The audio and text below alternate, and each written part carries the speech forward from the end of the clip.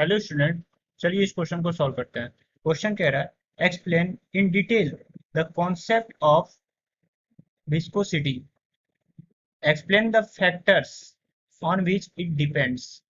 तो इस क्वेश्चन में जो की कॉन्सेप्ट यूज होगा, की कॉन्सेप्ट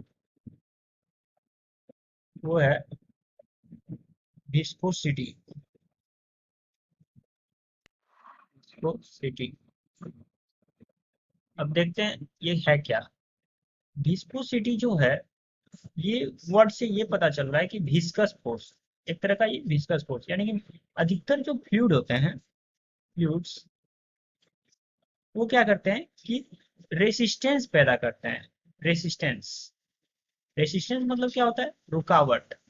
वो रुकावट यानी खेद पैदा करते हैं in motion. Resistance in motion यानी कि वो गति में खेद पैदा करते हैं। तो इसी रेसिस्टेंस को हम लोग बोलते हैं विस्कोसिटी।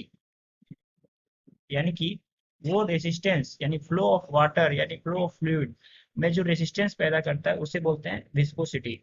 विस्कोसिटी कब एराइज होता है? When there is relative motion between layers of fluid. When there is relative motion between the layers of the between the layers of the fluid।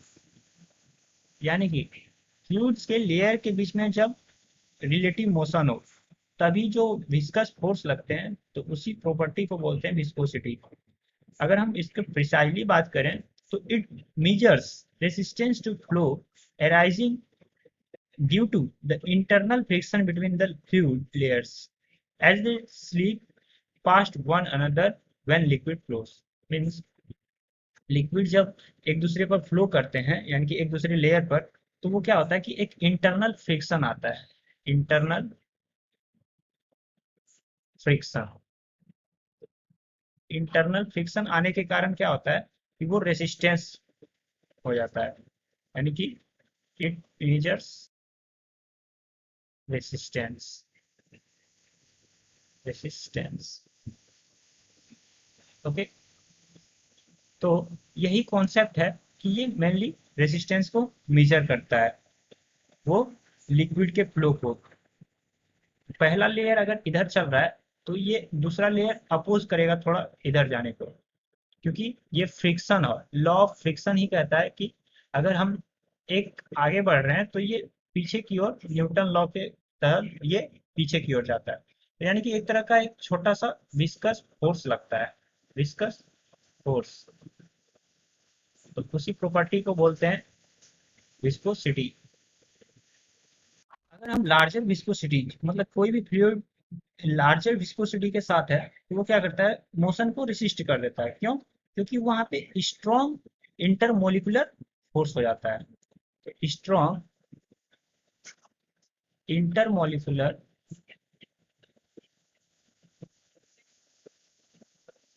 Force होने के कारण क्या होता है? Larger viscosity, larger viscosity. तो वो क्या होता है? मोशन रेसिस्ट हो जाता है, मोशन रेसिस्ट।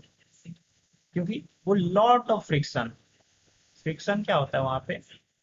हाई होता है।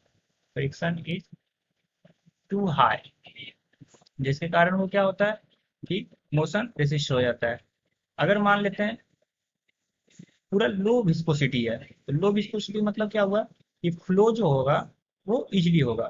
तो लो विस्कोसिटी मीन्स लिक्विड का जो फ्लो है, लिक्विड फ्लो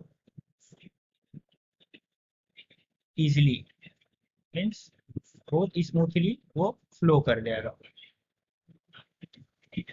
गैसेस में भी विस्कोसिटी पाया जाता है, but it is harder to notice in ordinary circumstances. Gases में बहुत ही कम viscosity as compare to liquid, इसलिए ये विस्कोसिटी हो गया। अब बात करते हैं कि विस्कोसिटी कौन कौन से फैक्टर पे डिपेंड करते हैं। Factors on which viscosity depends, यानी कि कौन कौन से फैक्टर पे विस्कोसिटी डिपेंड करते हैं। तो पहला फैक्टर है टेम्परेचर। टेम्परेचर, अब टेम्परेचर से क्या इफेक्ट पड़ता है उसे देखते हैं। अगर हम टेम्परेचर को बढ़ाते हैं, if we increase the temperature, जिससे क्या होता है कि टेम्परेचर इंक्रीज होने से वो जो मॉलिक्यूल्स होते हैं वो फ्रीली मूव करने लगते हैं। तो फ्रीली यानी कि उसमें मूवमेंट फास्ट हो जाता है। तो मूवमेंट फास्ट होने से क्या होता है, kinetic energy of molecules increases, then viscosity क्या होता है, खुद ब खुद डिक्रीज हो जाता है। तो ये होता है इफेक्ट विस्कोसिटी पे, यानी कि temperature is inversely proportional to viscosity. ये हो गई बात टेम्परेचर की। अब आते हैं दूसरी बात है प्रेशर की। तो प्रेशर से क्या इफेक्ट पड़ता है वो देखते हैं। प्रेशर बढ़ाने से क्या होता है कि विस्कोसिटी खुद ब खुद बढ़ जाता है। ऐसा क्यों? क्योंकि प्रेशर बढ़ाने से on increasing the pressure movement थोड़ा स्लो हो जाता है, यानी कि kinetic energy of the molecules decreases, then viscosity यानी कि विस्कस फोर्स और बढ़ जाता है, जिसके कारण ये बढ़ जाता है। तो ये क्या हुआ, pressure is directly proportional to viscosity. तो मेनली जो है ये दो फैक्टर विस्कोसिटी डिपेंड करती है। I hope this is clear to you. Thank you.